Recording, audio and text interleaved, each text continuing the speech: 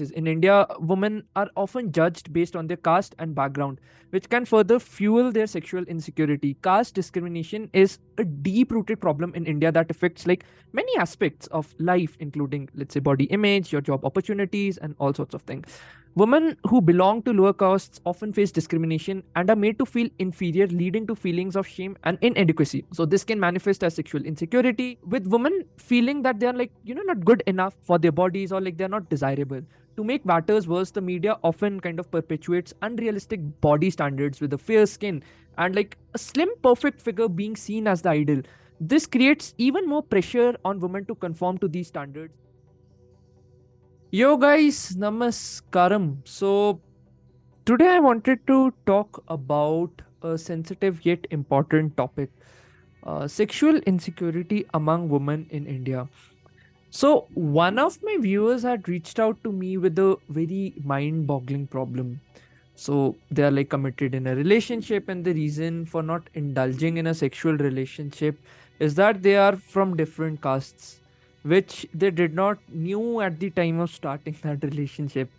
Though I tried giving some perspective which is confidential due to the severity of the problem, I wanted to address the general notion of talking about, let us say, sexual insecurity, which is a widespread issue that affects many women and is often caused by societal pressures and unrealistic beauty standards for that matter. So basically, in India, the problem is like compounded by issues of caste discrimination, which kind of further increases the scope and complexity of this problem. So let's dive in to kind of just explore this issue in a little more detail for that matter. So, according to a recent survey, over 80% of Indian women feel insecure about their bodies.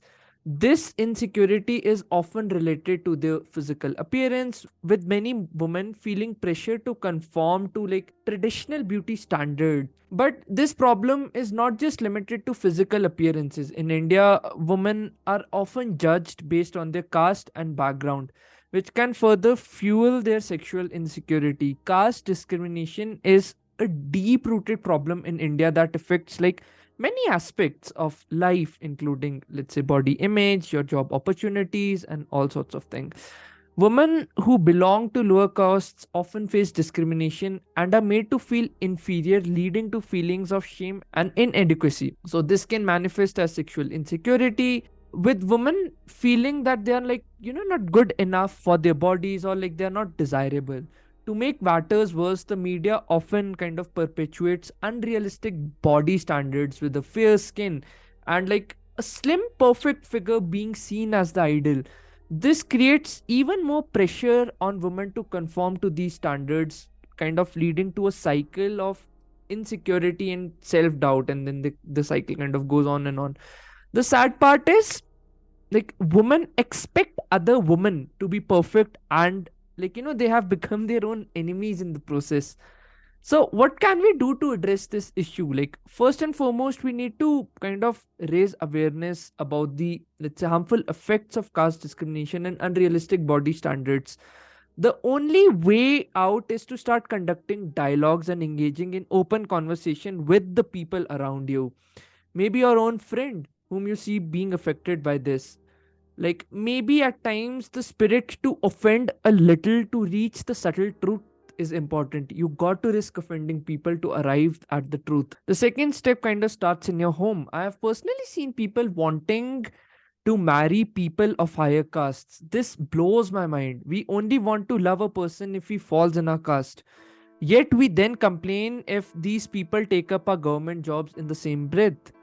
So there was a UPSC candidate in my circle lately who was pissed off at the reservation system in India because like her exam was not being cleared. Yet in the same breath, when I probed her further upon her opinions on marriage, she vehemently said that I would only prefer a person who is of the same caste, even if I feel attraction towards it. Like if that person is not of the same caste, I would kill that attraction.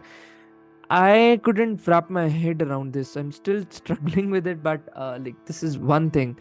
So I think we kind of need to promote a little bit diversity and an inclusive spirit in our homes at least and shut down the influence of media.